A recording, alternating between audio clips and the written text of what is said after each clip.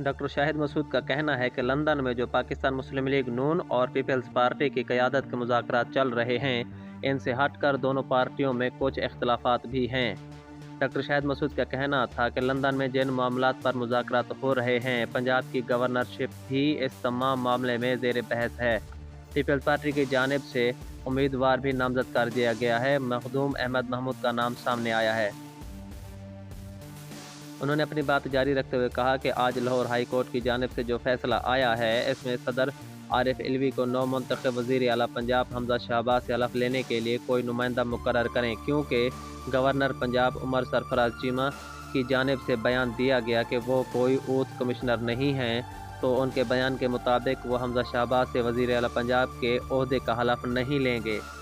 पाकिस्तान तहरीक इंसाफ के power show के हवाले से बात करते हुए उन्होंने कहा कि ये बात तो अभी ज़ेर बहस है कि लाहौर के जलसे में कितनी आवाम शामिल थी, ताहम इमरान खान का ये पावर शो मान के कराची और पेशावर के जलसे से भी बड़ा था।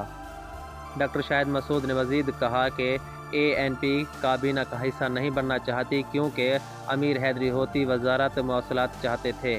चौधरी बरादरान से मुतालिक तज़किरा करते हुए डॉक्टर शाहिद मसूद ने कहा